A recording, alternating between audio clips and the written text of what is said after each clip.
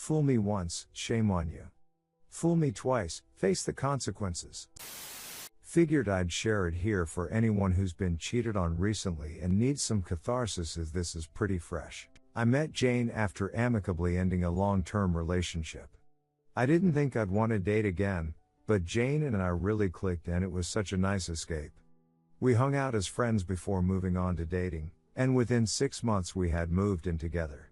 I had long since gotten over my ex, and Jane and I were doing great and regularly talking about the future.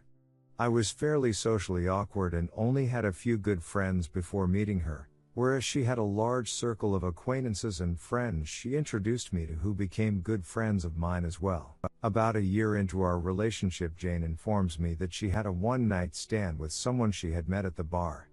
Begs for forgiveness, says she's so sorry, that she wasn't used to alcohol, all the usual excuses. Me not wanting to lose this relationship too, and having invested so much time thinking about my future with this girl, believes her. It wasn't easy, and I ended up in therapy for my anxiety, but we worked through it after a lot of talks and crying and long nights, gradually rebuilding trust after she reassured me regularly that I was the one for her and she was still committed to our relationship. I confided in a few close mutual friends, who kept it to themselves. Everything seemed back on track, and I thought we healed. Another year passes when I notice Jane seems off. She's gone more often, more secretive of her phone. I'll wake up to find her on the computer instead of in bed. Red flags flying. One weekend she tells me she's going to her mother's to help her with spring cleaning. I don't really get along with or speak to her mother. Her mother is an incredibly religious woman who was already upset with Jane for living with me before marriage and few other personal decisions on her end, and feels as if she has control over her life due to financially supporting her, which is why I assume she figured it'd be a safe bet I wouldn't talk to her mom. A few hours after she left, I called her a few times and it went right to voicemail, meaning her phone was off. So I called her mother knowing she wouldn't answer me, and left a voicemail asking if Jane had made it to her house safely. It had been hours and I hadn't heard from her. Few minutes pass and she calls me back, tells me that she called Jane and couldn't get an answer, as I knew she wouldn't. Started asking when she left, etc.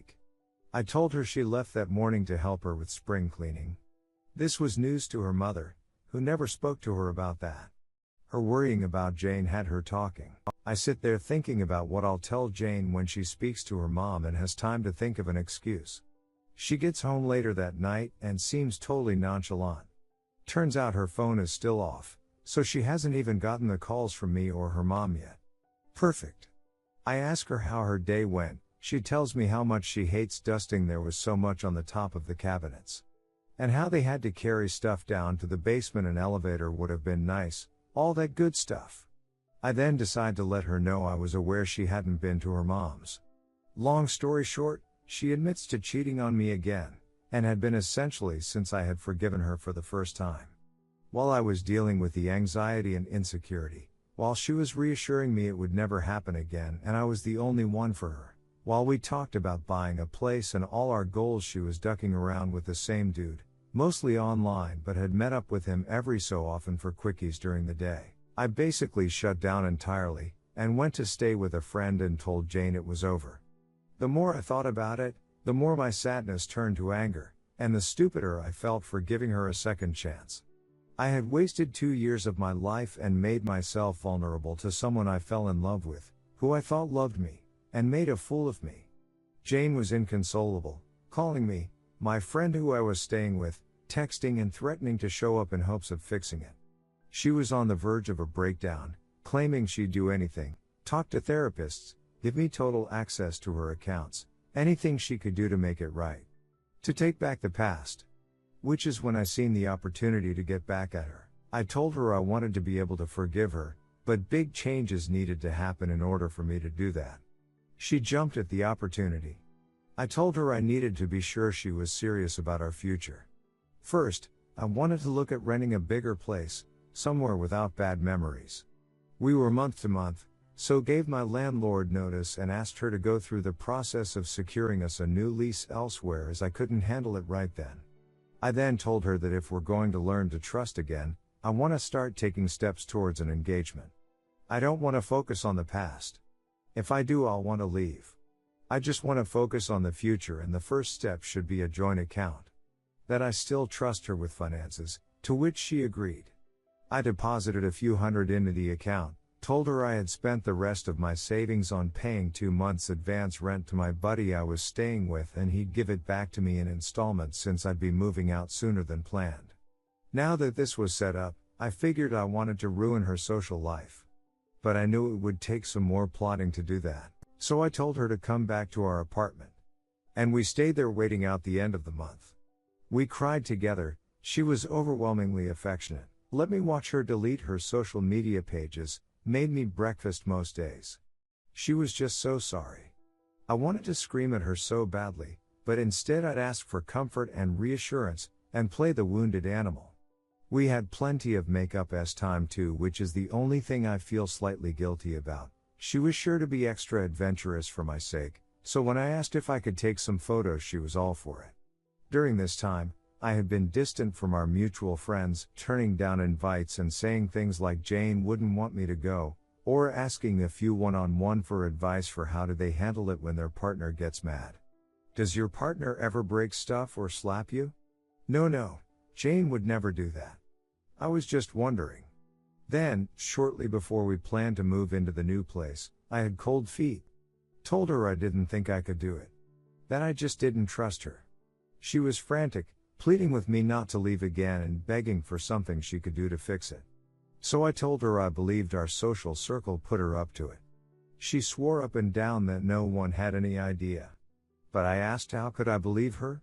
She lied to me twice before. I don't trust her around them. That a fresh start means new people in our lives too. That I'd never feel comfortable again as these people I don't know if I can trust were still around. I wore her down until she agreed to ghost them all. But that wasn't enough for me. I told her that I needed the bridge to be burnt, because I don't trust them. So I had her rejoin and send a message to the group chat complaining about fake friends, backstabbers, and how she was better without them, then block them all. She cried for a long time over that, but if it was what I needed to stay, she'd get over it. I had a bunch of messages from mutual friends asking WTF, to which I told them it was complicated and I'd talk soon. Few more days pass, and it's time to move into the new place. We spend the day moving some things in, and Jane is practically giddy talking about our future plans. I tell her to pick up anything she needs from her mom's, and I'm going to get some stuff from my parents' place, and we'll meet back at the apartment that night. As soon as she leaves, I call my friend and we pack up everything I had brought over and take it back to his place. Then I message my friends, telling them Jane had been abusive the last few months, which is why I didn't go out, and that the reason she had blocked them is because she thought I told them and that they were telling me to leave her. I then went to the bank and drained our joint account, which had about $400 from me and about $3,700 and some change from her. Then I sent an email to Jane's mother claiming to be an angry ex who had access to my phone, including all those timey time photos I took with Jane. Just thought you should know what your W or daughter and that piece of Essex get up to. And lastly, I had my friend hit me in the eye twice, swelling it up, then blocked Jane and asked 2 of our mutual friends to meet up with me. And just like that, it was over. I told them how Jane had become mentally and physically abusive for over the past few months after I caught her cheating. I showed them the screenshots of her chats with this guy. I told them I had kept quiet to keep the peace, how she lashed out at all of them when she thought they had been helping me behind her back. How it was so out of character. How she threw a remote at me and swelled my eye when we were moving, and that's when I knew I needed to leave, and why I needed to take the money to get to safety. Jane showed up to my friend's house looking for me, while he told her I had moved and would call the cops if she showed up again while I hid upstairs. Heard how she frantically tried to find me to figure out what was happening and reached out to our mutual friends to make amends and tell them it was all my idea, only to discover the ones I had been talking to and subtly alluding to being abused for weeks, as well as the ones who remembered me coming to them after the first time she cheated, and the ones who had seen my eye, had passed along the information to her entire social circle, and she was met with threats, insults, and being ghosted by everyone she knew. How she told the last mutual friend she spoke to before he ghosted her that her mother had said she'd pray for her and cut her off financially for living an unhealthy lifestyle, and so she can smarten up after seeing the photos, which she can't prove I've ever sent as her mother certainly wouldn't have kept them, and that she's severely depressed. She's trapped in a 6-month lease with zero money, no friends to rely on, and no one to help her stay afloat aside from maybe her former fling should she run to him. I'll be using her money to cover rent on a new apartment for myself, and bought my friend a nice gift for being my accomplice in this. I plan to stay in therapy, both to get over this and to work through my feelings and how low I stoop to get revenge, as I don't want to carry this negativity with me in the future. After that, I plan to relearn how to be single and enjoy life on my own, with the friends I inherited to keep me company. Edit, and before anyone forgets what sub they're in, I know this was itty of me to do. But I'm okay with that. And no, I don't agree that this brings me to her level. Ducking over someone who trusted you and never did anything to break your trust is not the same as getting revenge on someone who ducked you over. Coming to this sub and complaining about people's morals is like going to the drug subreddit and lecturing people on the dangers.